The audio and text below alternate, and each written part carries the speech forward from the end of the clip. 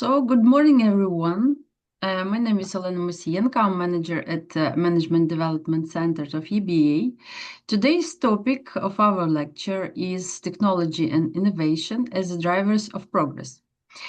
And our speaker is Jože Gruškovňák, an accomplished international executive and strategy consultant with a distinguished career in the technology industry. If he likes, he will add anything that he wants about himself. So as always, I ask you to be active, prepare your questions. You may leave them in the chat, and as you know, I can read it during the lecture or at the end, so we will see. Jože, of course, will answer them. And it would be great if you will turn your cameras so Jože can see you. So you know there are some we have already. And I guess at the end of the day, you will receive, as always, a follow-up letter from me with materials about this lecture and a part of from video that you will receive in my mail. We also put this video at our YouTube channel. So that's all from my side. Jože, the stage is yours, please. Thank you very much, Elena. Good morning, my dear Ukrainians, and welcome to the webinar. Elena introduced me, a couple of more details. Almost 40 years in the industry. That explains the haircut. I mean, the hair lost the crazy hat during my work in information technology primarily, right? And consulting, just like as I said, sometimes when people ask me what's my profession, I said I'm a royal bullshitter, right? So, AKA strategy consultant. Anyway, two disclaimers before we start, right? As I mentioned, one, I usually do this as a live keynote, right? So a little bit more dynamic, and let's see how this works via Zoom. And I do hope I will be able to do something like that in Kiev live in not too distant future. And the second thing is, as I mentioned, I'm a consultant. So slides might have a little bit too much text, too much graphs and stuff like that, but they may not be too visually appealing, but can be a good reading material afterwards. So with two things out of the way, well, let's go into it, right? So basically, as we talk about technology as a driver of progress and innovation, right? I think before we dive into this particular topic, we should actually understand the context in which this technology and innovation functions, right? If you look at the history, right, of humanity, there are a couple of major forces that were driving our progress, right? Like demographics, like environment, economics, innovation, conflicts. Now, all these forces actually interact among each other, right? Like environment changed when the dinosaurs got killed, right? And created an environment which was conducive to mammals, right? And blah, blah, blah, blah. After millions and millions of years, voila, Homo sapiens, right? Start to multiply, start to exchange. So demographics were there, they start to exchange things, economics were there, innovated better, spear better other thing. And of course, we have this inherent human nature to steal what's not ours. So led to conflicts. So I would like actually to start with one or two contextual topics before we do a deep dive in innovation technology. So I hope that's fine with you. And if there are no violent objections to this, let's start with demographics, right? Now, during this session, right, we will add almost 12,000 new people to the planet Earth, right? So according to the UN statistics, right, we should experience 22,000 births, 10,000 deaths, so ballpark 12,000 people will be added these days to the human population, right? So almost like 8,000 people per hour, right? In the course of the year, we're going to add the amount of population that equals London, New York, Mexico City, Madrid, Bangkok, and Sydney combined.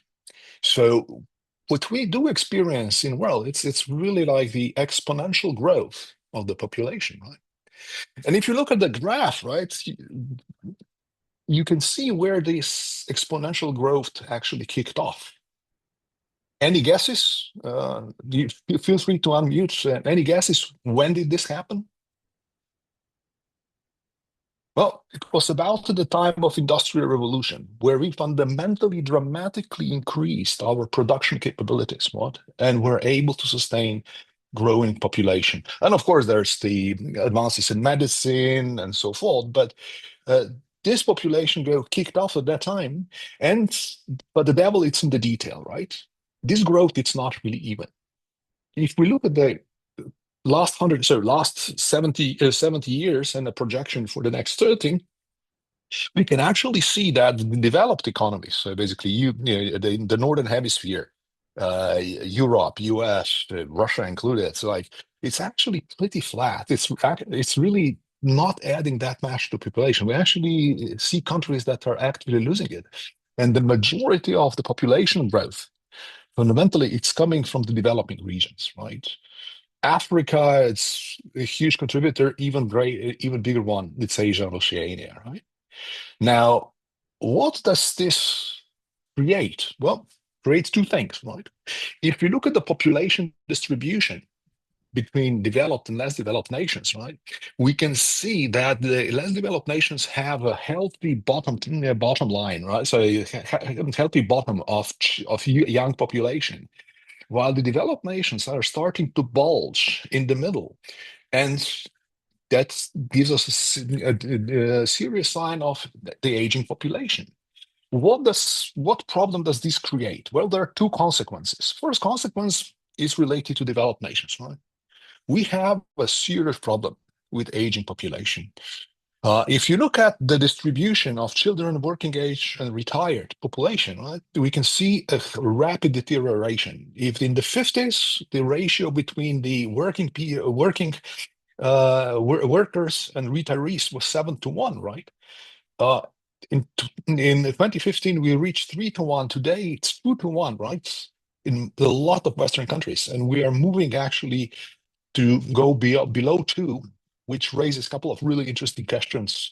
And primarily because most of the pension systems in Europe are based on so-called Bismarck system, right? So basically, the current working population is paying retirements for current retirees.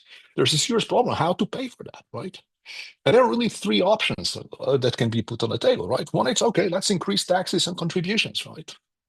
Business and working people will not like that, right? Okay, number two, let's reduce benefits that pensioners get. Well, God forbid, right? You want to see an uprising, you do that. So the only solution here, right, is to drive productivity up to the extent that we can afford to pay for that. So we are coming to the productivity question. And this is there's option 4, right, which is not that popular, import the workforce, right?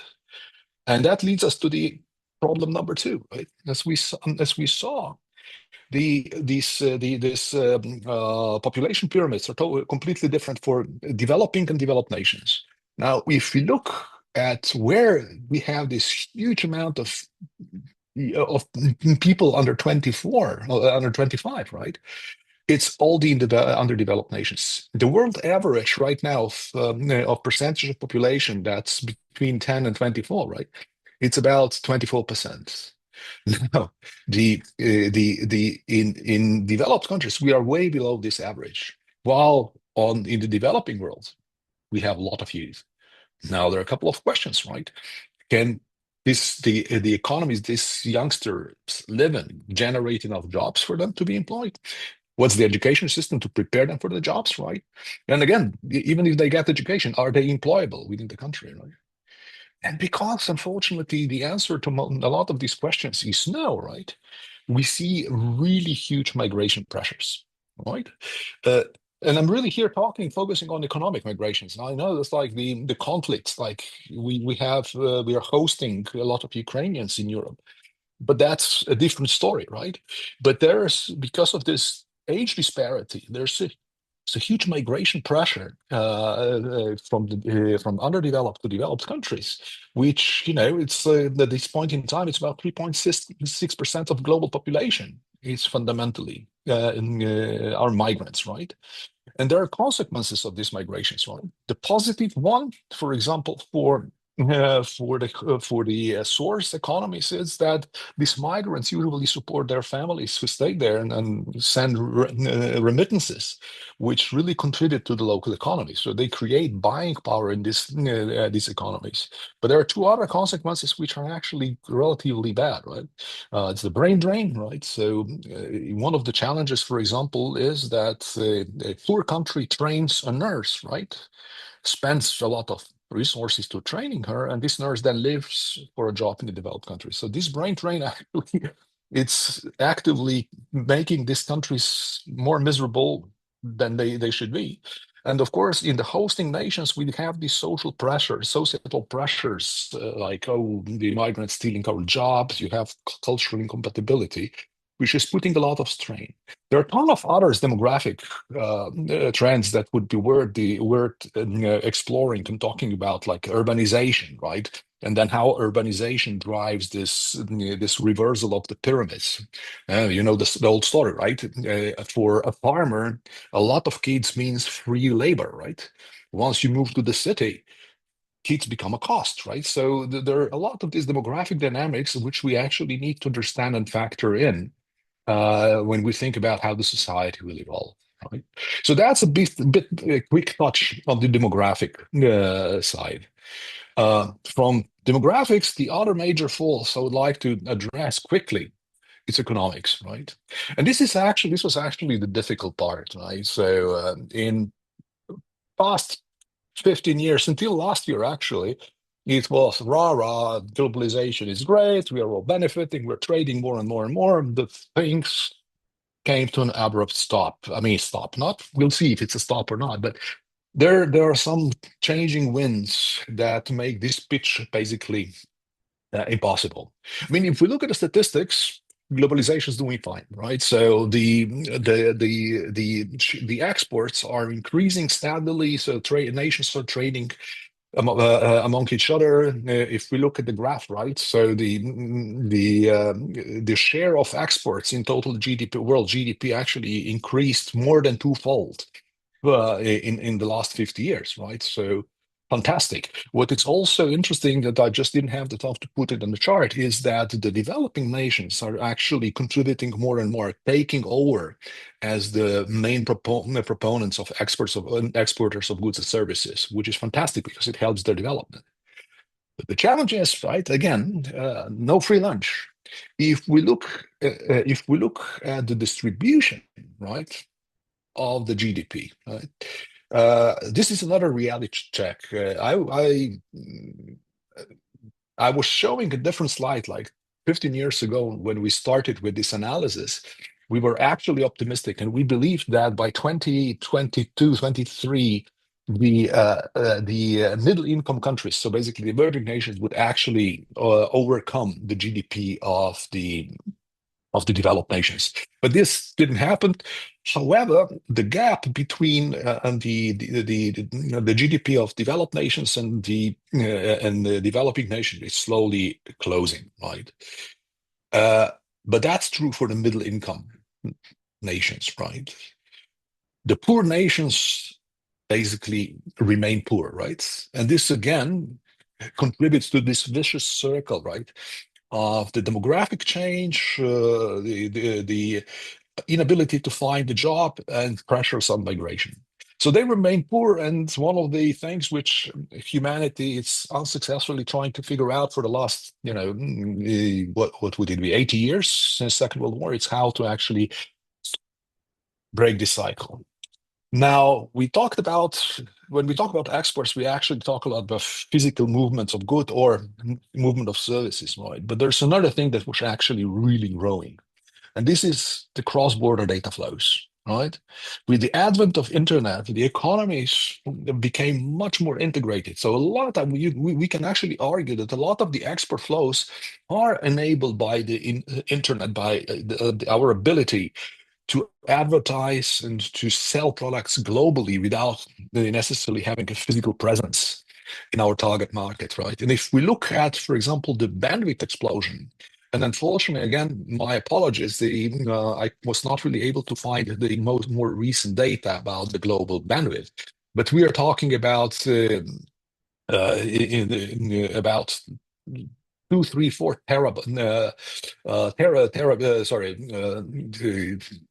2,000, 3,000 terabits per second available today.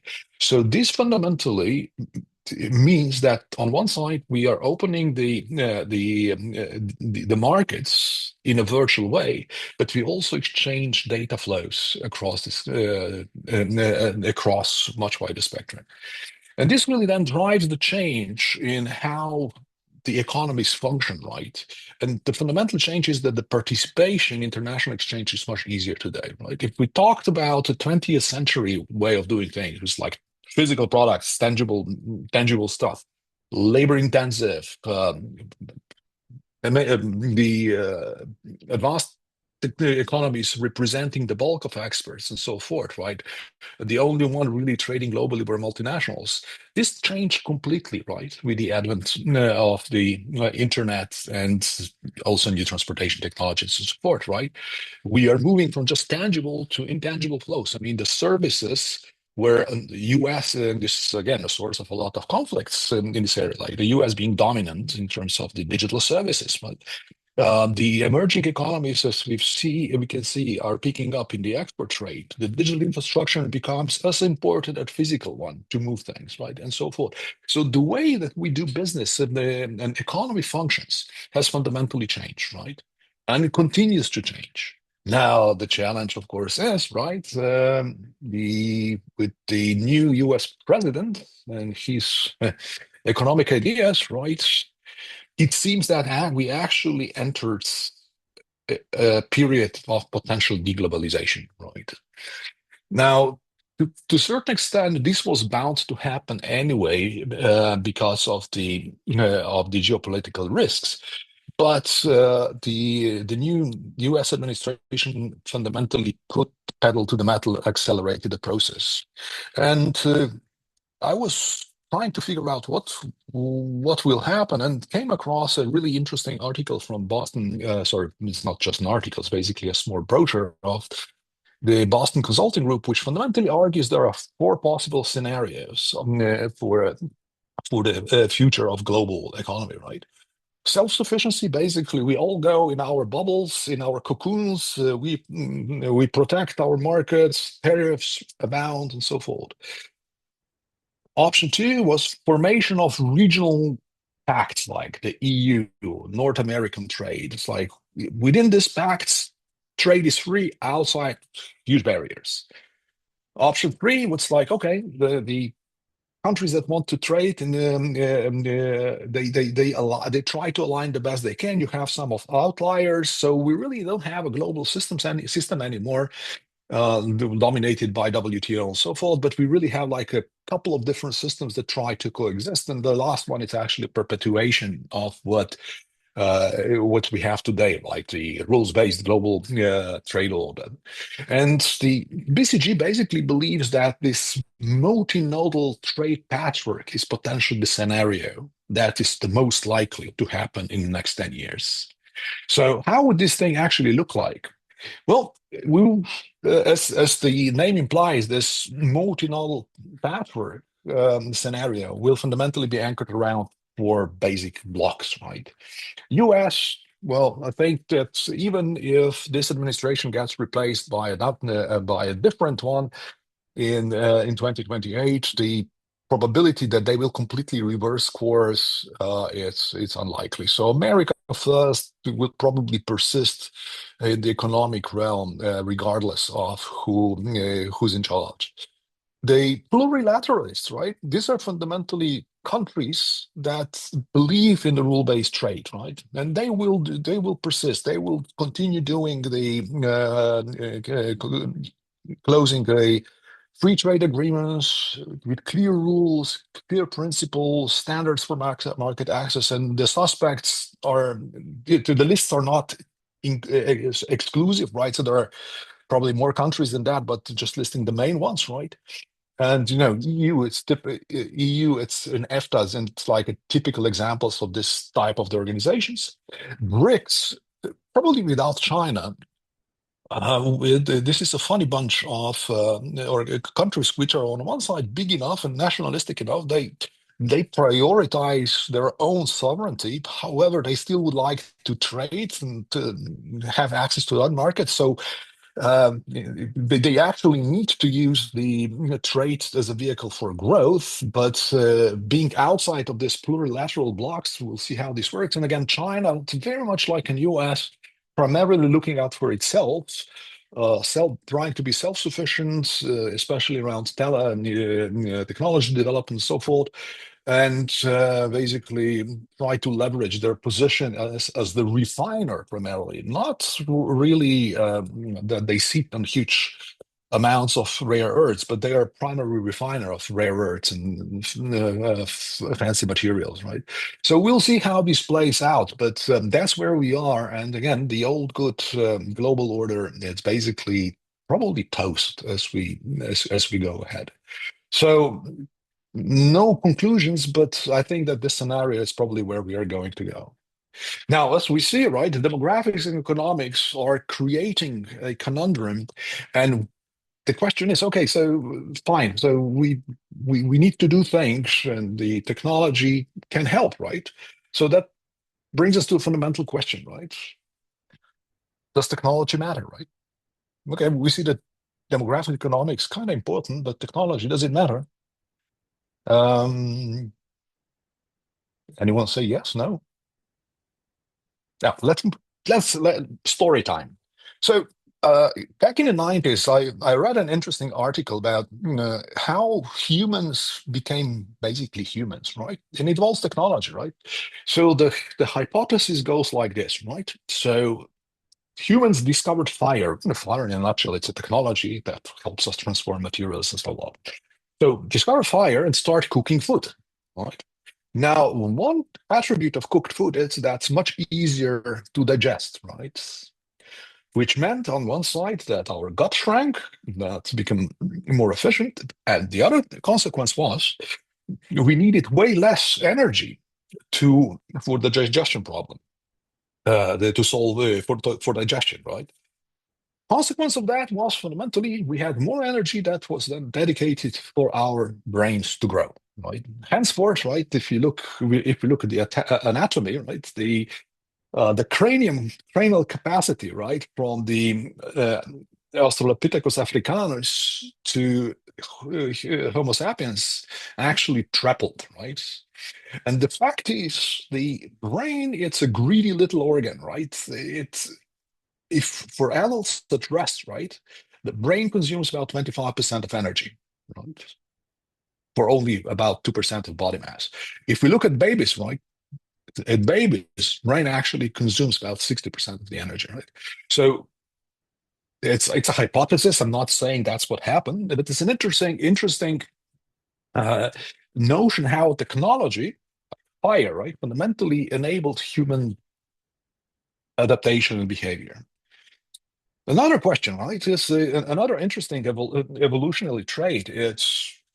Are our wisdom teeth, right, the third molars. So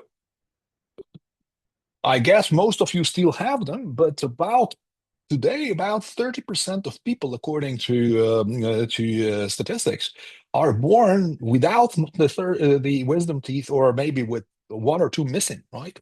Again, consequence of the fact that we fundamentally don't need them anymore, right? So it's like the processed food, cooked food, it's much easier to chew. We actually don't need this chewing capacity that we needed 100,000 years ago, right?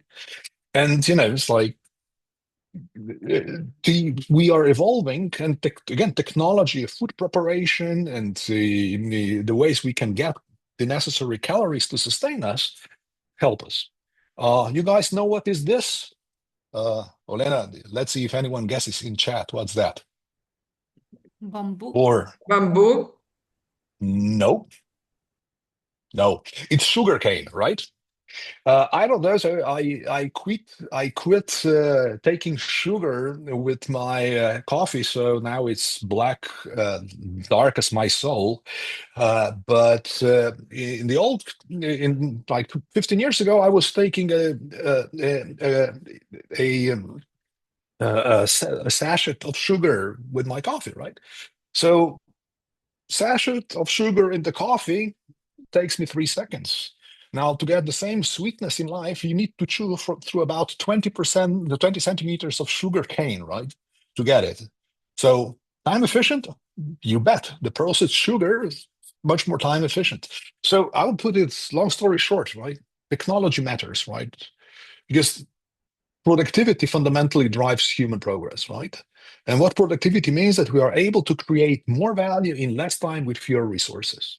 Period. Right? If you recall this population growth diagram, this tremendous spike that happened was fundamentally when during Industrial Revolution, we fundamentally started to produce significantly more within less time, right? Fewer resources probably as well. And if we look what are the sources of productivity growth like, unfortunately, no statistic really splits productivity as a technology out in the analysis completely. However, technology represents a huge part of the total factor productivity. And the total factor productivity from 48 to 2014 represented more than half of the productivity gains, right? So technology does matter because it fundamentally enables us to be more productive. Now, looking at the technology per se, right? As we started as Homo sapiens, there were several innovations, like probably a better spear, a better axe, but a couple of ones which were really important was invention of the wheel, right, which makes the transportation easier. Invention of the plow, which really enabled the agriculture. Not that agriculture didn't exist before, it did, but it made agriculture much more effective. But the fact is that 99.9% of innovation was done in the last 200 years, right? And you can see how fundamentally the rate of innovation accelerated in the last 2 centuries, right? Now, I will not go through all this, but across all areas of human activity, we have seen tremendous progress, right? But innovations are not all innovations are equal, right? So there are innovations that fundamentally really disrupt.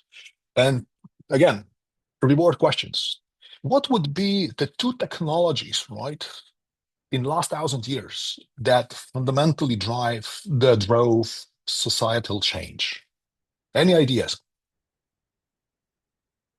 Again, chat or hello? Like book, So boring. book printing. You got it right. Exactly, right? Middle Ages was a miserable time, right? You got born, you struggled, and you died, right? The knowledge was fundamentally seriously concentrated, right? Things Logic we have in the chat AI. Well, that's weird. It's not there yet. So but this was the first one. That was really so. Before Gutenberg, there were about 30,000 books in the whole Europe, right? 50 years later, we could talk about millions, right? So what happened here? That knowledge became decentralized, which led to the Renaissance and fundamentally to the change of the feudal order with the capitalism or whatever. Happened in other countries, right? So that was the first one, right? What would be the second one? Slightly more recent, and it's not AI. I put it in the chat, and it's about electronics or electricity, in my opinion. Electricity enabled us to do things better. It's like more efficient, but it didn't really change the society, right? Let me, for the sake of time, let me answer it. So it was the internet, right? Because what internet did, it fundamentally changed the way we function as society. And so I worked for Cisco Systems for 16 years, right? And we were the internet company, right? So we were really proud. We fundamentally believed that the internet, the company's motto was change the way we work, live, learn, and play. And we believe that. And really what the internet did, it's fundamentally opened up the creativity of humanity, enabled collaboration and so forth. Problem is, it delivers a lot of bad things as well, which we basically were not anticipating 15 years ago. Like and today, to be really honest, I'm not really sure how beneficial it was, but it definitely changes the way how we function as a society, right? So these were the two that really have an impact on society. Now, if we just looked more narrowly in the production systems, so how did our ability to produce things change, right? Using technology. We went through several revolutions, right? Like starting with the Industrial Revolution, right?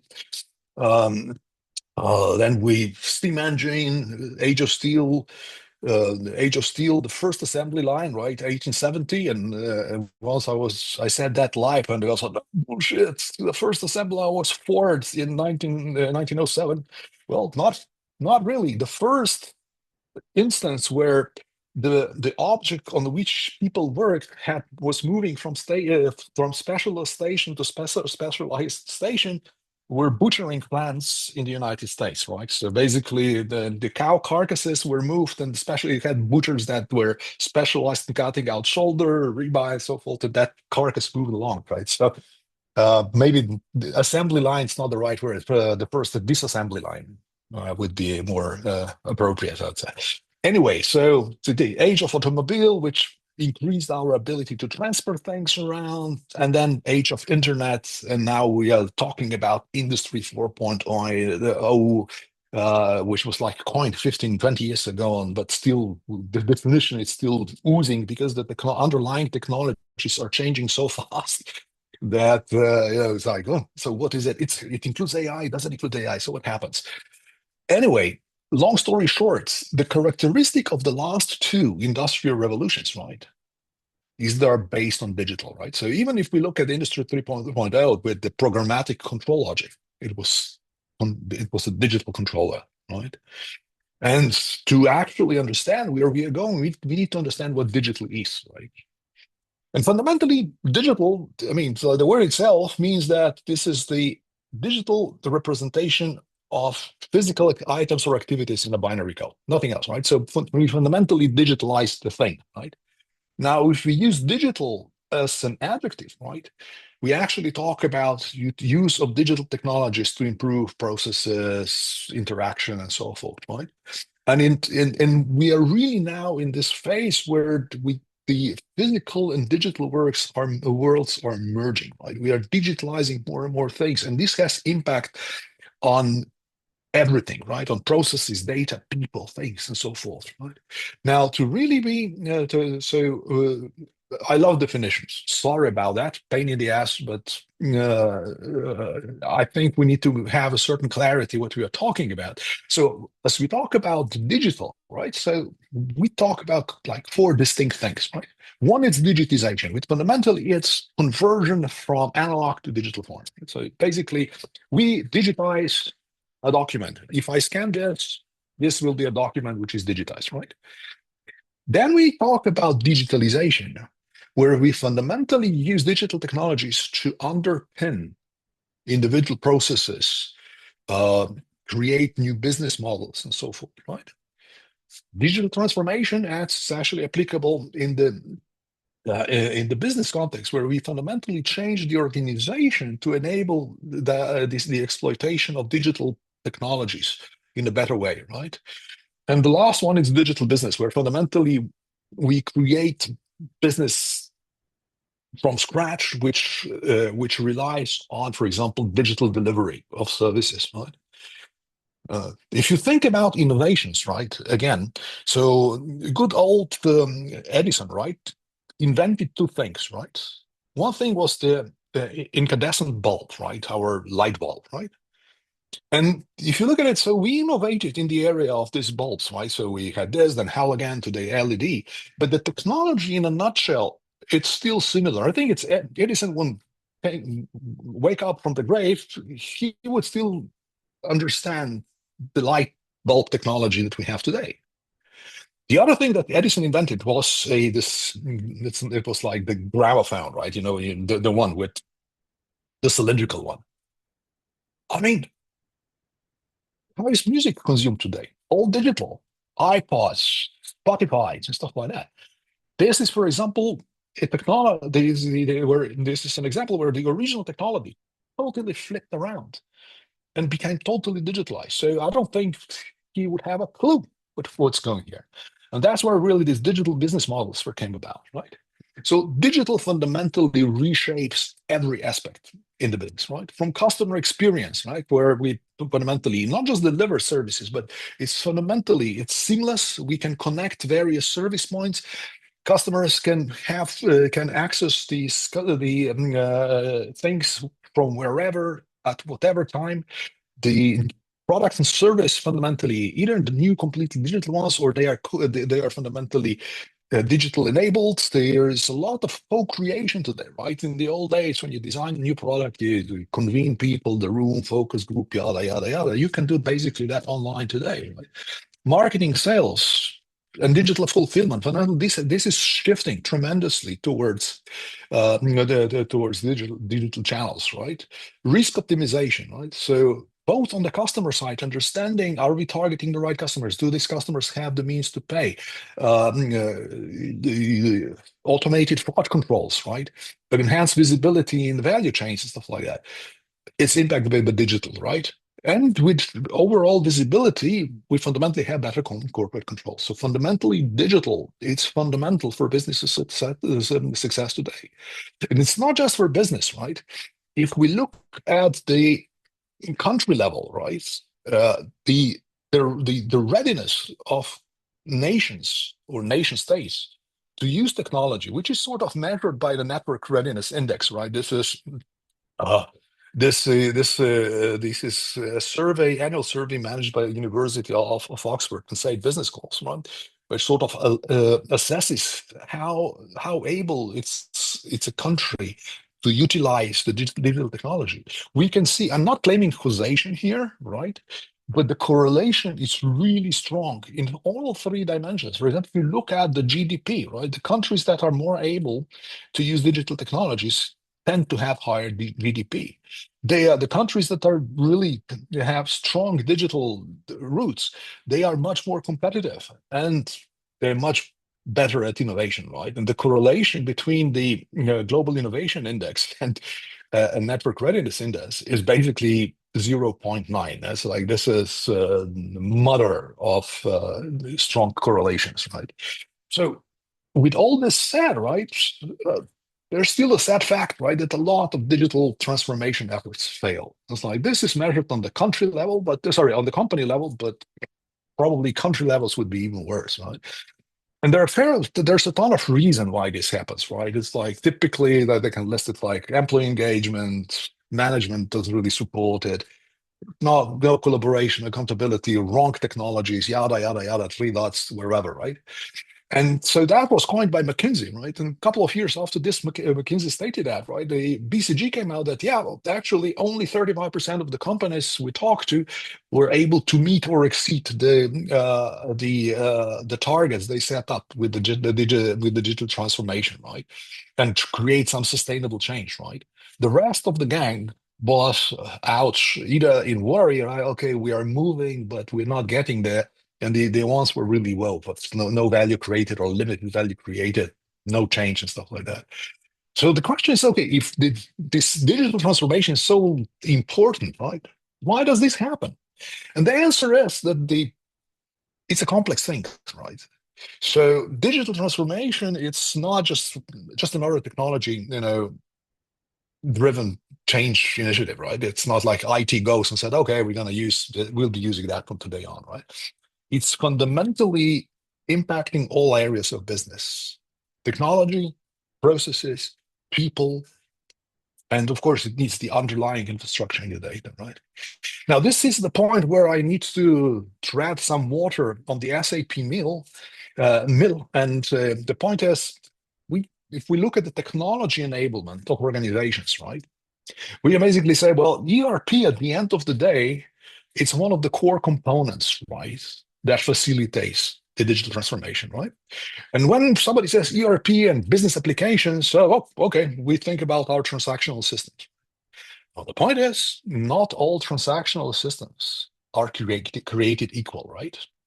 So if you think about the hierarchy of applications, right? So the traditional way, so I was actually trained as a software engineer. Now I finished my studies about in 85. And at that time we were developing applications, right? We automated a particular business process, right? Which was nice. It was better than nothing, but it was really suboptimal, right?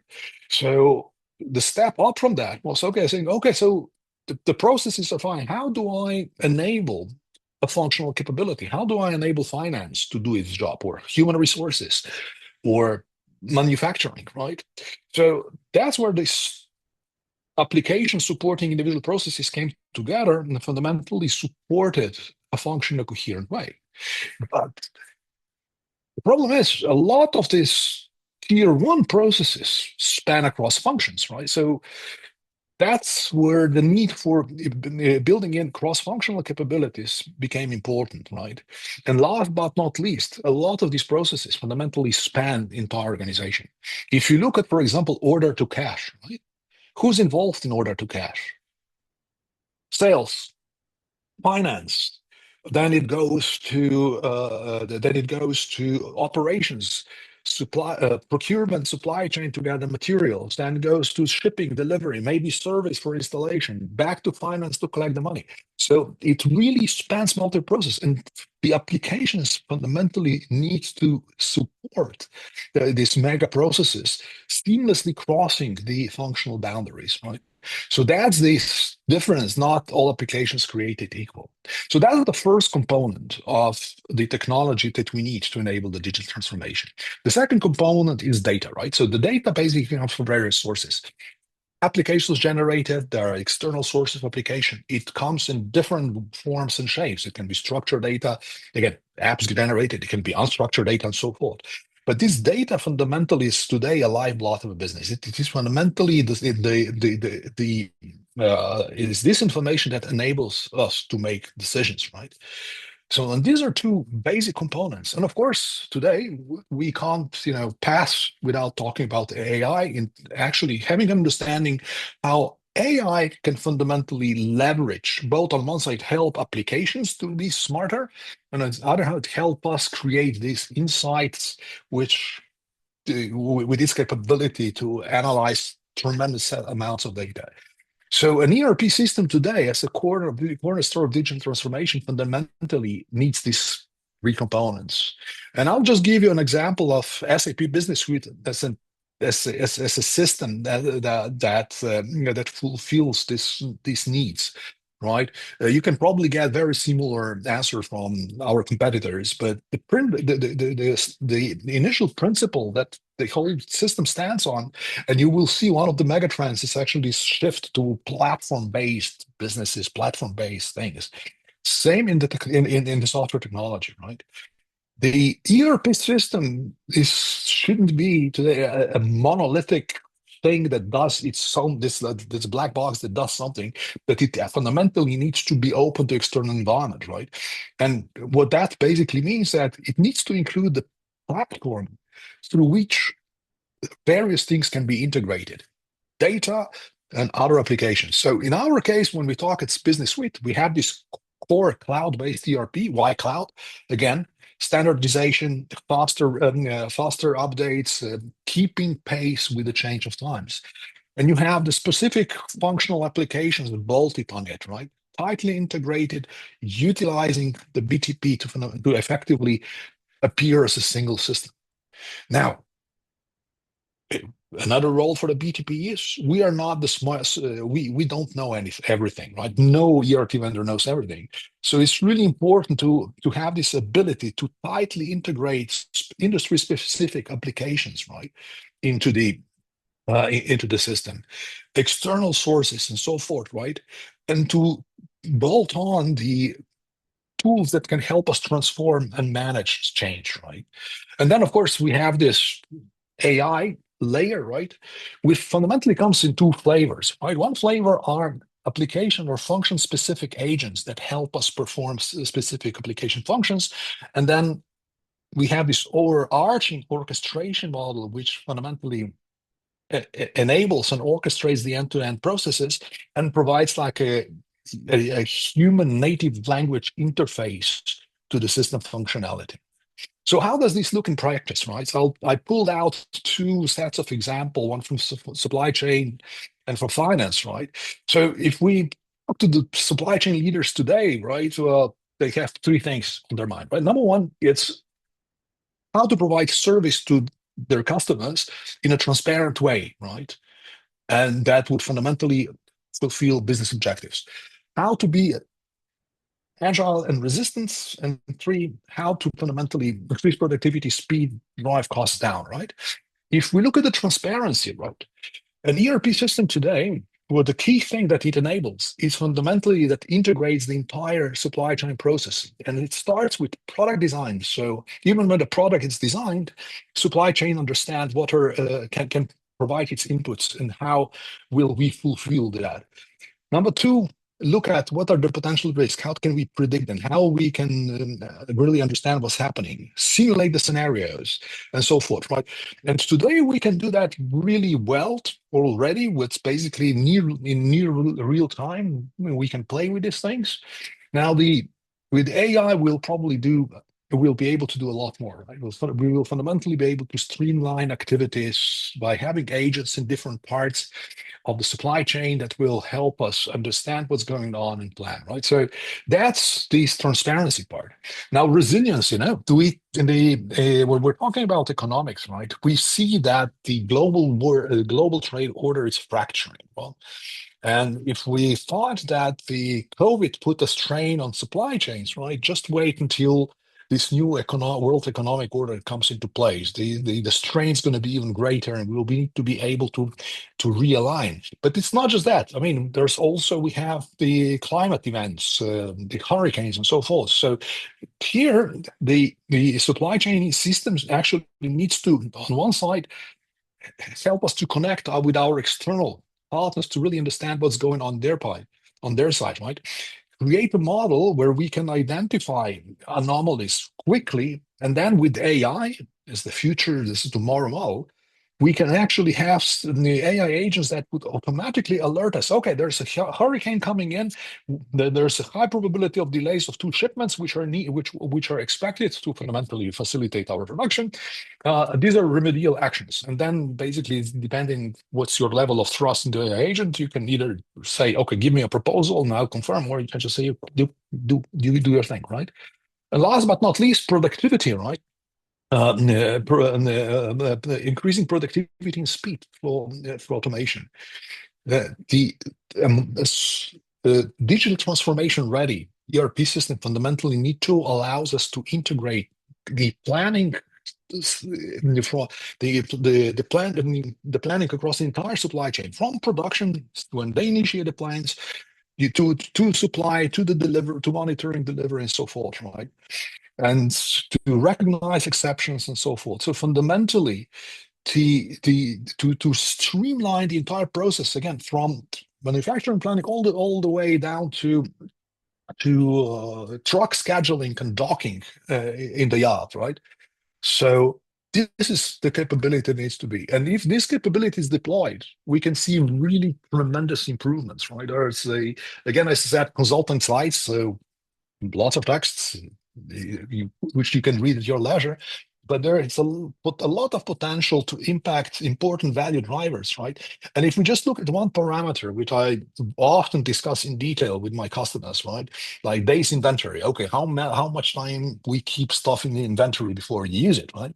If you look at this right side of the chart, right, you can see that the bottom quartile, right? The laggards keep stuff on average 83 days in their warehouse, while the leaders keep them for 3. And if you think what's the cost of capital and so forth, there's a potential for tremendous savings if we can move this lever. Even a little bit can generate millions and millions of euros or dollars in cost savings. Now, finance, again, what are the top three concerns of financial leader? Okay, well, uncertainty. Yeah, we talked about it. VUCA all around. How do I navigate transformation? Because at the end of the day, everything collates in the finance. And how do I ensure compliance and sustainability, right? So these three things are on top of mind of finance leaders today. So visibility, again, the idea here, how do you steer and plan, is to do that effectively, fundamentally, need to have one visibility in the entire system. And that's not just your data, but external data as well. So to understand what are the forecasts or currency and stuff like that. So you can simulate scenarios, right? Plan things and so forth. Utilize AI, for example, with the predictive planning or predictive forecasting, right? Capabilities. So, and the ERP system needs to fundamentally be able to help you with this. Number two, right? Process efficiencies. It's not just, absolutely optimizing, making the financial function processes more efficient, like automated cash collection, right? Risk mitigation, optimizing operations with the AI assisted reporting and so forth. Right? But most of that things that are going in business will sooner or later reflect in finance, right? So we can leverage this knowledge as well to use AI enabled analysis to generate deep insights and understand where are the pockets, where are the opportunities within the organization for further optimization and so forth, right? And again, last but not least, compliance, sustainability. Compliance, big thing, right? So how can we ensure that our data is in order, that we comply with all the regulations, and how can we, because at least in Europe, right, this continues to be important, how can we properly report on our sustainability efforts, on our CO2 impact and so forth? And again, an ERP system needs to fundamentally be able to help us with all that. Similarly to supply chain, right, the potential improvements are vast, right? Really, really, from the significantly improved cycle, the reduction for reporting, forecasting, all the ways to the improved cash collections, shorter day sales outstanding, and so forth, right? So in a nutshell, when you look and think about the ERP as a cornerstone of your transformational effort, right, there's a ton of things where you can fundamentally see what the actual business benefit of the whole story is. Now, but ERP, it's not panacea, right? It's just technology. And digital transformation, fundamentally, it's really a balancing act, right? Technology is just a piece of the puzzle. What's really important is, as we say, okay, let's go digital, right? That we ensure that the new business models that we try to deploy are actually synchronized with the operating models. I was talking, it's like there's a story which is like 30 years old, still relevant. It's like in the early days of internet sales, right? There was companies that, we need to go to the internet, the good old catalog providers, right? There's like put catalog on the internet. And when my former boss was ordering something, that was back in the 90s, and she didn't receive anything for Christmas, she calls up the company and says, we print the orders received via internet and bring them in our call center, so they're typed in, right? It takes 10 days more, right? So the synchronization of business models and operating models is really important, but we also need to keep in mind the other constituents, right? So the digital transformation also needs to address how we engage with our external stakeholders, with customers and partners. How can we provide better service, or how can we better integrate external partners to fundamentally improve the way we operate, how to create this visibility across the value chain? And internal stakeholders, our employees, fundamentally, how can we use digital transformation to give them better tools, better tools and skills for them to thrive and to increase their engagement, right? So it's a balancing act. And technology, as I mentioned, it's just a little dinky piece of it, right? Unfortunately, we talk more or less 80% of the time, technology, clouds, omnichannel, new ERP, that. Well, yes, it's how to say, it's a necessary condition, having the right technology, but it's not a sufficient one. If you remember my math days, right? It fundamentally really leveraging digital technologies means an enterprise-wide change, business-wide change, organization-wide change is needed, right?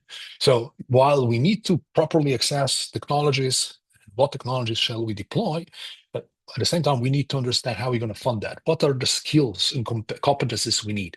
What is case for change at the end of the day, right? So how are we going to justify what we do, right? And when I talk to to business leaders about the transformation, said, listen, there are 5 success factors. There are 5 things that you fundamentally need to do in order to succeed, right? Number 1 is you need to have in place leadership that's digital savvy or literate. You don't need to be an expert, but you need to have an understanding what digital means and what it entails to actually embark on the journey. Number 2, make sure that you have capabilities. Some capabilities are needed temporarily for transformation, so you can outsource them, insource them, hire them, but also internal talent and skills. That's it. Number 3, empowerment. People need to feel ownership as they transform things. And by the way, encourage them to challenge how things are done. As we talk, so one of the stupid things or answers that I get, and usually there's just stupid questions, no stupid answer, but this is actually a stupid answer. You just, okay, why do you perform this process like that? And the answer is, well, we've been doing it this way for the last 20 years. Well, it's not an answer, right? So why? And really encouraging the team to challenge how things are done and how to improve them. It's really important. Give people this empowerment. Tools and technology, we talked ad nauseum about this. And last one is fundamentally communication and change management, right? Communicating, not just, oh, we will be digital, block. No, we need to communicate why is this change needed and what are the benefits of the change for the people who are actually experiencing it, right? So that's sort of the 5 things that as you think about really digitally transforming your organizations that you need sort of to keep in mind, right? Good. Any questions, comments so far? Olena, I don't see the chat really. Yeah, I will share the presentation. That's correct. So then let's move on, right? So whenever I need to talk about technology, right, there's this elephant in the room, right? Who knows what the elephant in the room when we talk about the technology is? Let me see if anyone's on the call. Hello. What is the elephant? Nobody know? Oh, well, of course, it's artificial intelligence, right?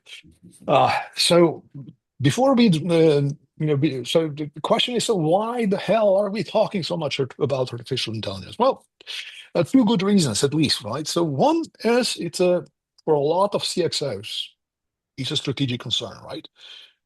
If you look like it was a survey done by Gartner, the most important thing, the strategic concern mentioned by the most of the guys was artificial intelligence. The other thing is it's actually being used, right?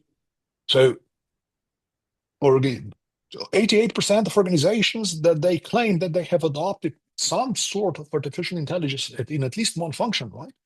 Or they used generative AI in at least one function.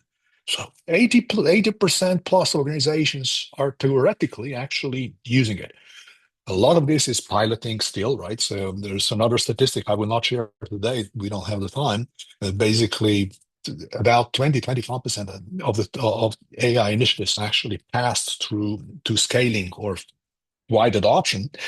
But point is, AI is there, and we need to sort of understand how to deal with that. And there's a third reason.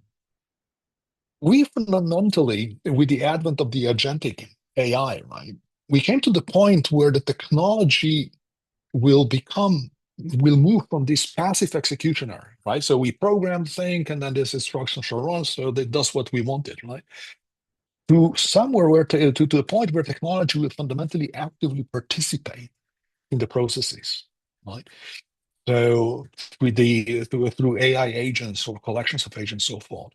So let's have a brief look at how these things will evolve, right? And that's again, that's me. Start with definition, right? And there are a lot of definitions, long, short, all sorts, but I actually like this one. fundamentally says the artificial intelligence is machine's ability to perform some cognitive functions we usually associate with humans. Right? So fundamentally, what we are really trying to do is create artificial general intelligence that would mimic the way that human mind works, right?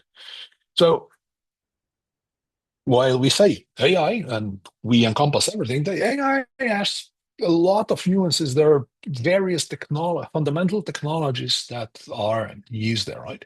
And we all started babbling about this generative AI, I think basically AI in general, when in 2022, when ChatGPT launched their public version, the sort of OpenAI launched a public version of their ChatGPT, right? But who knows, who on the call knows, when was the first conference on artificial intelligence? Hello? Anybody? 20 years ago. Nope. Nope. The first one was in Dartmouth College in 1956. Wow. Right. And this is also in the late 50s. There was also the time where the first machine learning algorithms were developed. I think that the guy who's developing the algorithm was trying to teach the machine to play checkers. Right? Now, I learned, I had AI as a topic at university. It was like in 83, 84, and we were learning to program in Prolog. And then the challenge there really was, bloody hell, the computing capacity was not there, right? So I remember as things were executing forever. So the deep learning, the new breakthrough came when the computing capacity grew to extent that it helped us to create these much larger neural networks and deploy mechanisms like deep learning, reinforced learning, and so forth, right? And at the end of the day, generative AI is just a deep learning on steroids, right? So it's like huge neural network that fundamentally predicts how things will go. So these are different technologies we use, and the path that we took. I mean, the agentic AI that we talk about today, right? It's actually a culmination of a long process, right? Which at the end of it, people hope will finish with the AGI, or the artificial general intelligence, replicating really what humans do, right? So we walked this path from the RPA, robotic process automation. Then we had the traditional. I mean, to a certain extent, these were really we can call them agents because they were performing a task, but they were not. They had limited capability, right? Where we are today, fundamentally, we are at the point that we are able to fundamentally build multi-agent systems where agents actually coordinate tasks among themselves, right? And yeah, of course, we have the large language-based models, we have the machine reinforced learning models. It's not proliferating yet, but we are getting there with the multimodal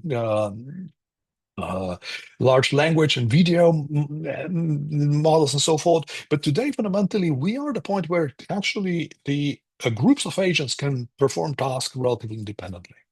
Now, as we talk about agentic AI, I think it's really important to understand what do we mean by agenting, by agency, right? And here we can say basically the spectrum is relatively broad, right? We can say, okay, if for a given workload, we have workloads which are basically human-driven, we do it, we execute it, or they're machine-driven, like machines do it, right? Now there's this gray zone, right? So we are at the point where on one side, machines can help us, they can augment us, right? So like ChatGPT or Gen AI, it's helping me write better or quicker, right? More banal, right? You have machines, you have systems in your car that help you drive the car, right? That will brake automatically and stuff like that, right? On the other hand, we help machines as well, right? So with reinforced learning, so we help machines do their job better, right? So we can really talk about this couple of steps, right? We can talk about humans doing it, human in the loop, that's done. Augmented humans, augmented machines, and then really we can talk about autonomy, right? But what's agency, right? So the agency fundamentally means that we delegate to the AI solution or AI entity the ability to make decisions and act without our instruction and oversight. So that's fundamentally linked to the agent's ability to do a couple of things. And what are these couple of things? The AI agents function on a continuous loop, which starts with observing the environment. If an appropriate trigger is detected, plan, assess your plan, execute the plan, and then learn what was the plan. So if we briefly, so supply chain, let's imagine we have a supply chain agent. So the supply chain agents observe potential interruptions in the supply chain, right? And by the way, the objective that this agent needs to fulfill is that have goods ready at the dock at the appropriate time, because manufacturing depends on it. So on time receipt of goods, right? Detects anomaly, right? So then it plans, right? It's okay, there's anomaly. So what can I do? Okay, alternative supplier. So it prepares a plan, assesses the plan against the objective, right? If it doesn't fulfill the objective, prepare a new plan, and so forth, right? So he will do this planning until he finds a plan which is which fulfills the objective that's been set, and then the agent acts, right? So if we again take the example of the supply chain agent, it can act either by informing a human and ask, okay, that's the problem, this is the remedy, shall I proceed? Or we can authorize him to proceed automatically.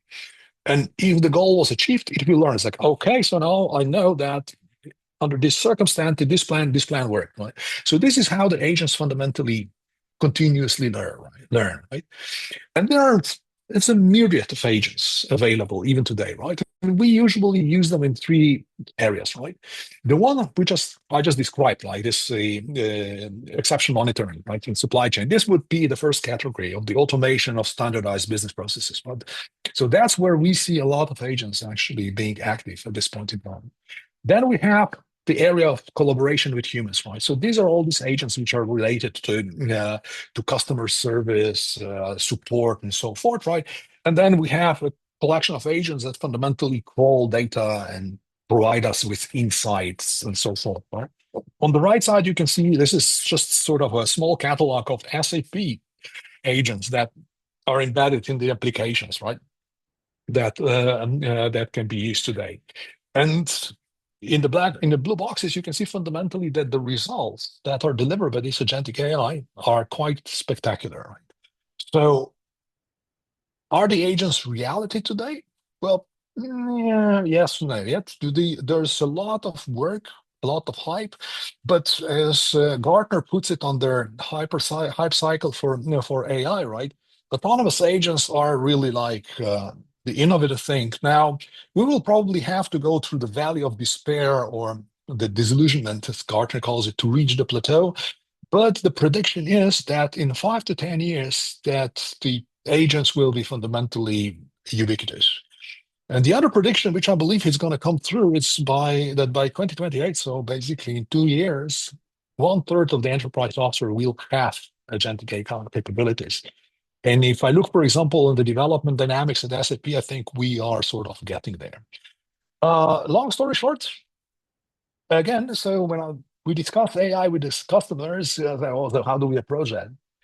Well, there's a short playbook, right, that you fundamentally do. So, number one, understand AI is not a technology problem, right? It's not about technology. It's really about focus on the problems that you want to solve. And number two, it's not an IT problem. It's a business problem. Therefore, actually having a steering committee or whatever you want to call it, but a collaborative body of IT and business to drive the AI initiative, it's important, right? So focus on problems. The other thing, which is actually one of the big obstacles in deployment or actually in scaling AI, it's understanding the value that AI should deliver. So you need to couple problem and value, right? And because this is still experimental, it's great to have a portfolio of things that you want to do. And once successful, you need to have the mechanisms to scale, right?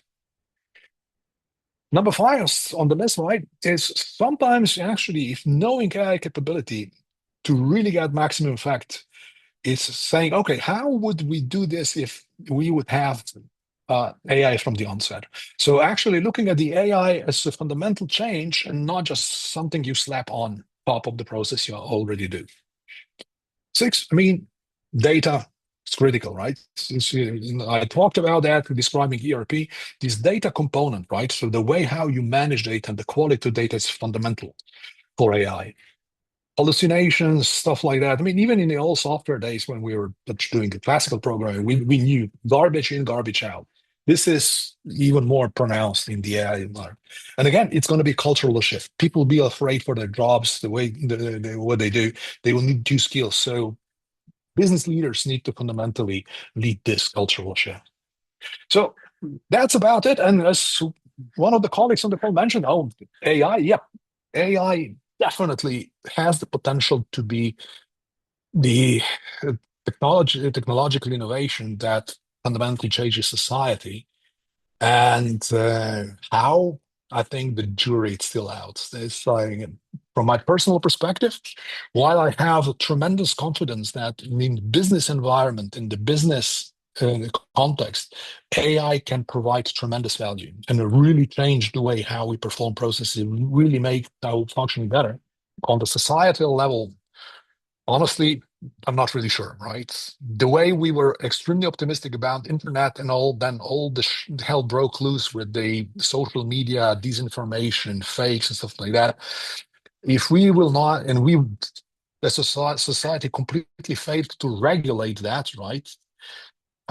If we fail to fundamentally regulate and control the AI slop, which is now being prevalent, we will have the social media problem on steroids. So yes, AI is definitely a disruptive innovation, disruptive technology, but it's up to us to fundamentally see if it will be a technology that will benefit humanity or will be something else.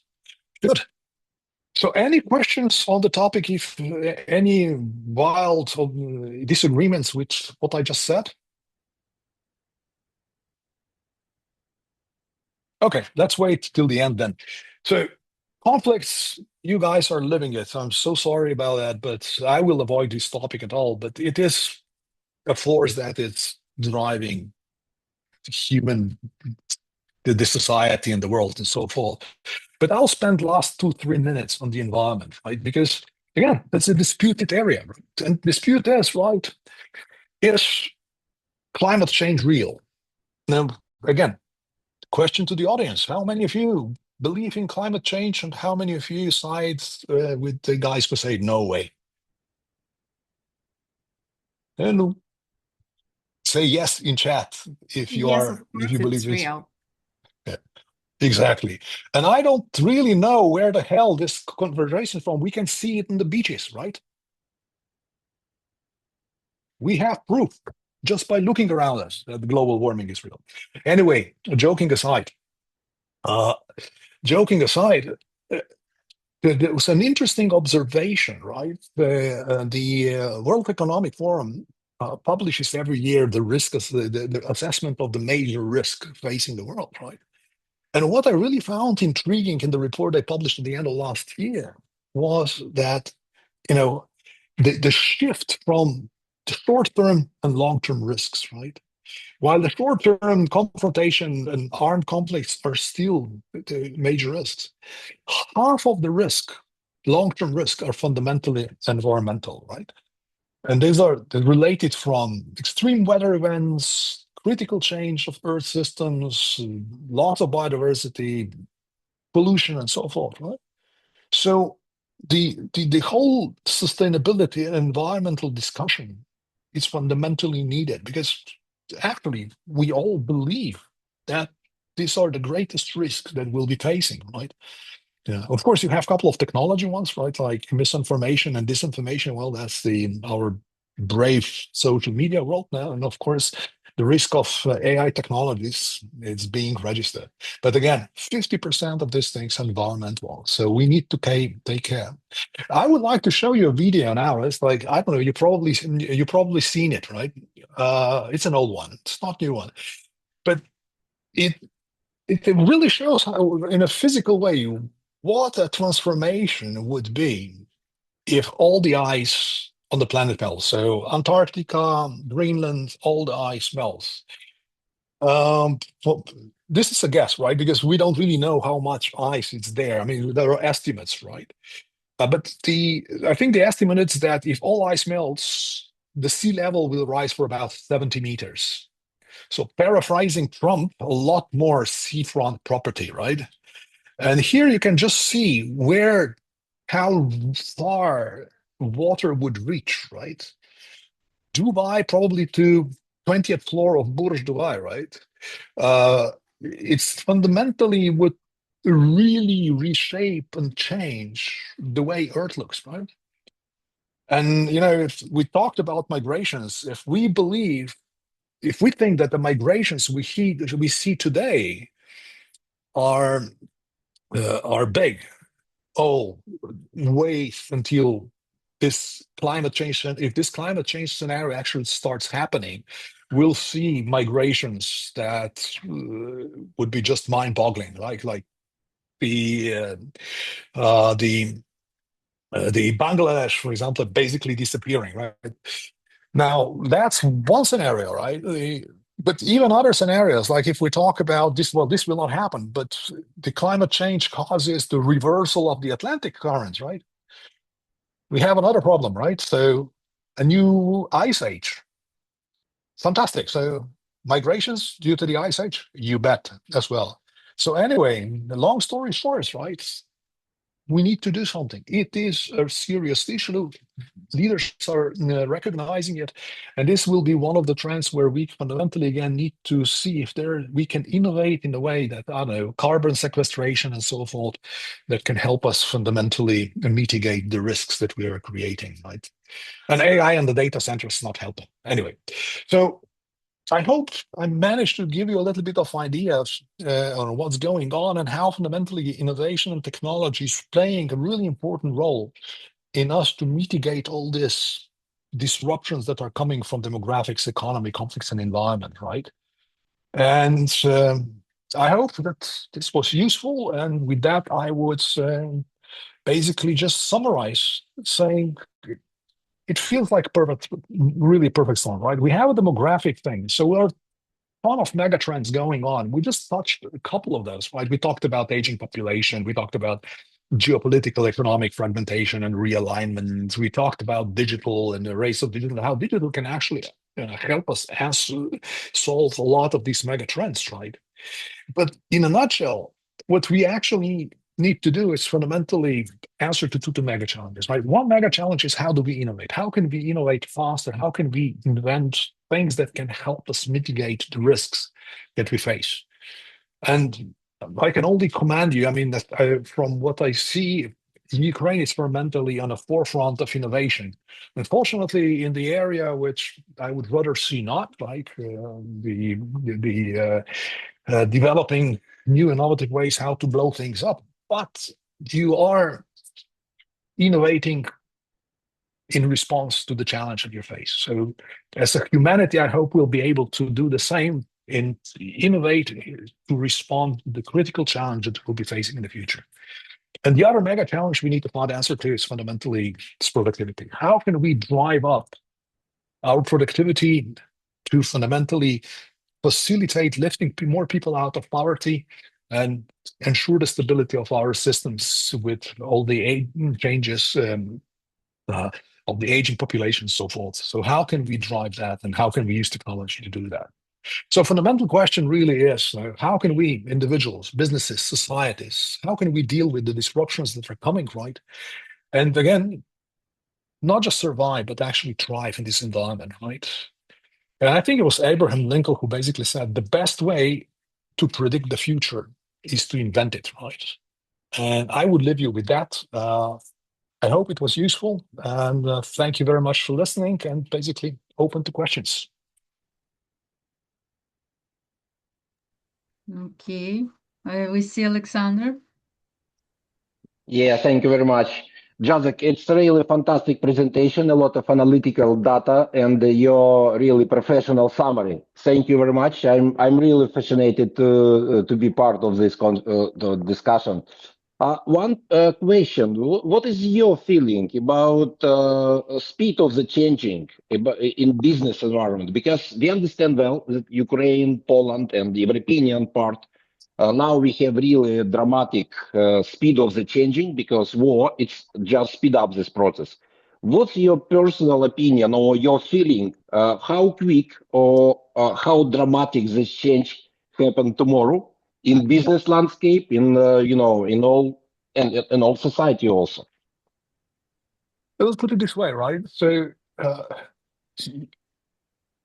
Ukraine, I think it's hard to comment right now because there are special circumstances, right? But one of the things which is true, and that's true across the world, is that the rate of change is driven by necessity to change, right? Very easy saying, well, it's like we change before you need to change. Yeah, theoretically, yes, but most people don't do that, right? Most people change when they have to, right?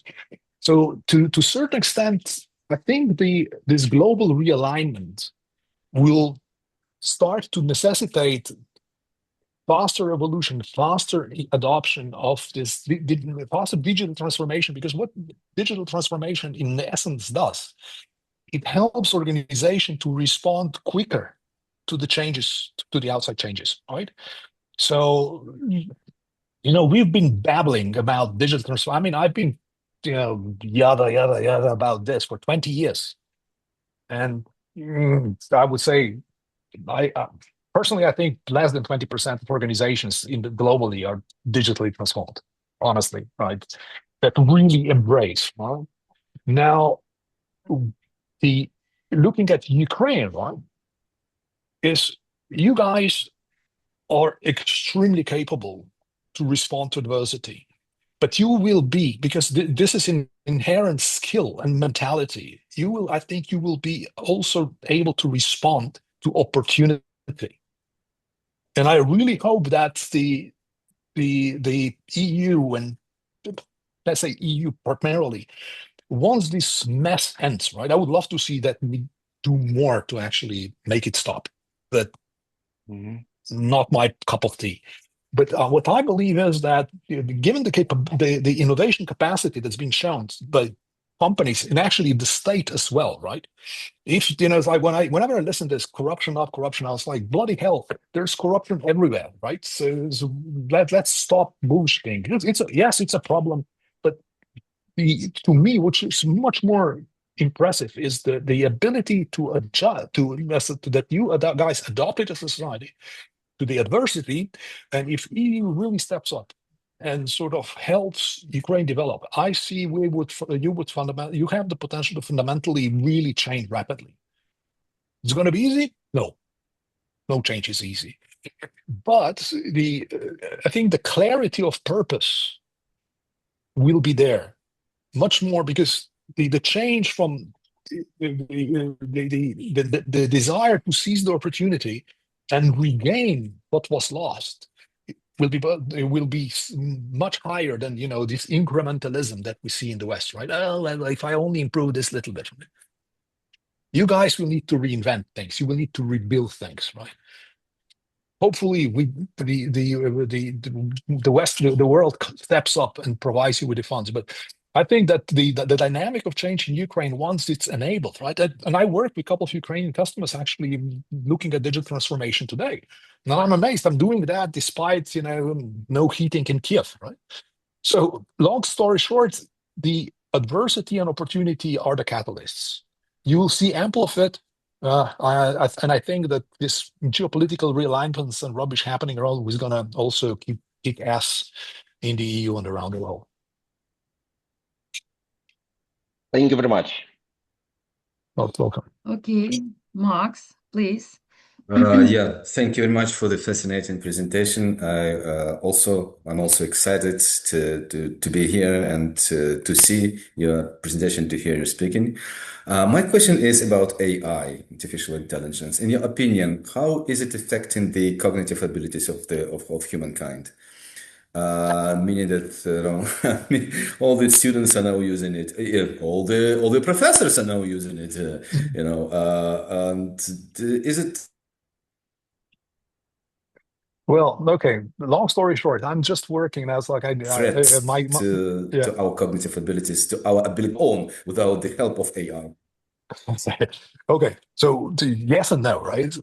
I think that AI is a serious threat to cognitive capabilities of people who are using it without thought, period, right? So it's, it's like it with as all technologies, right? It's a blessing and a curse, right? So I will not really I mean, it's like, I don't know what will happen in terms of getting to the AGI, so to the artificial general intelligence, which is basically replication of human cognitive abilities. Can we get there? To most people, when they use LLM, I said, listen, guys, just be aware that the answers you are receiving from large language models are still based on statistical probability that one word follows the next, right?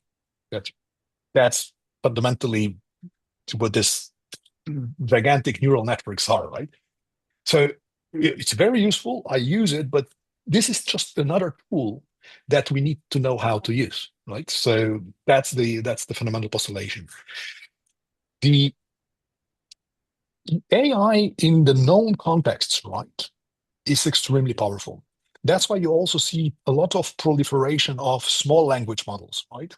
So the models that are targeted on a really narrow scope, right? So just radiology, or I don't know, it's a particular area. What happens when you do this is fundamentally you keep the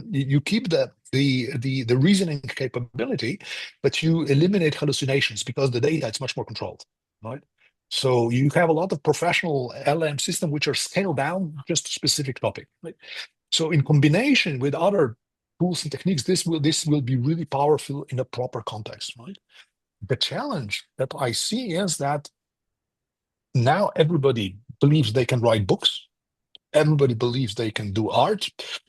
And not to mention all the social media bullshit that's, pardon my French, as I would say, that's being generated. That's, as I said, it's definitely a disruptive technology. And it depends on us if it's going to be a disruptive technology for the benefit of society or not. And again, if you fundamentally extrapolate it today, because we have tremendous, I was just reading a report on like enormous amount of money being spent in robotics, right? So now you combine robotics, physical capability with intelligence, right?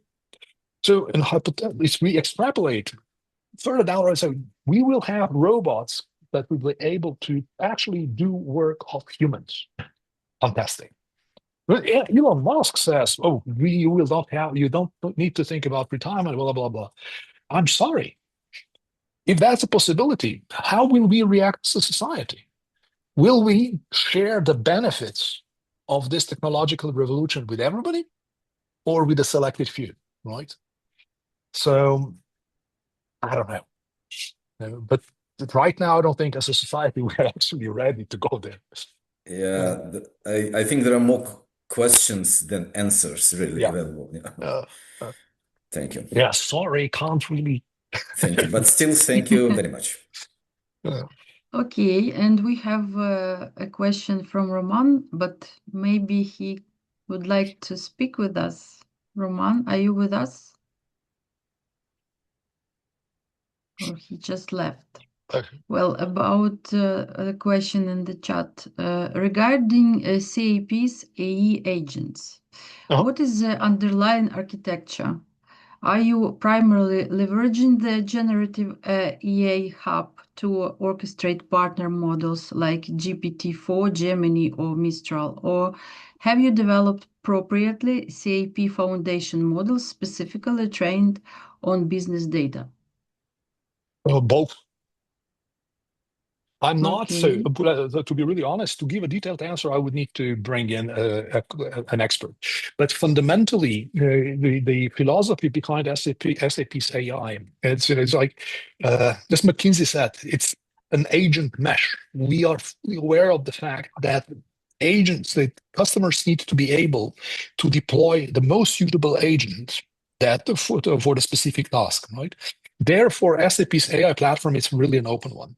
So it's open on the LLM side. The customer can fundamentally choose which large language model will be used in there. You have the AI studio, or I don't know, it's like I will be fired probably because I don't know the name of the product. Christ. But you have you have tools to create your own agents, and you have the mechanisms to bring in other agents. The important point is, as Roman mentioned, is that this is done in the business context, on the business data. So there are mechanisms like no copy and so forth, right, that fundamentally ensure that the data, it's not going out of this context, but definitely all these mechanics are applied within the business context. And that's, I think, what makes these things powerful. And then absolutely necessary is that you have this open architecture, because again, customer wants to design their specific agents, right, that would give them competitive advantage, maybe, right? Or they would like to incorporate other agents that are used from data. So yes, it's an open architecture which can integrate fundamentally a wide variety of the LLM models into the process. Okay, I hope Roman is satisfied with your answer. I don't see any questions in the chat. Just many thanks to you for your great performance, and of course your presentation. Everybody wants to get it, as I mentioned earlier to you. It will be shared. Yeah. I need to apologize. I need to prepare the PDF. As you can see, as there's a lot of animations, so I need to get rid of those. Otherwise, the whole thing will not be really readable. So as soon as I get to this tasks, I will share that with Olena, and Olena will then share that with you sometime this afternoon. It's like I have a couple of chores I need to attend before that. Yeah. Okay. So our time is ended. So I guess we will be saying goodbye to everyone, and to you especially, Joseph. Thank you for interesting lecture, and I see that everybody share my opinion that it was really great. I hope it's not the last. I hope to, and as I Yeah. said in the beginning, I would love to deliver something like this live in Kiev. So what can I say, guys? That would be great. What can I say? Stay warm, have a great weekend, and Slava Ukraini. Героям Героям слава. слава. Take care. So, okay, everybody, have a great day.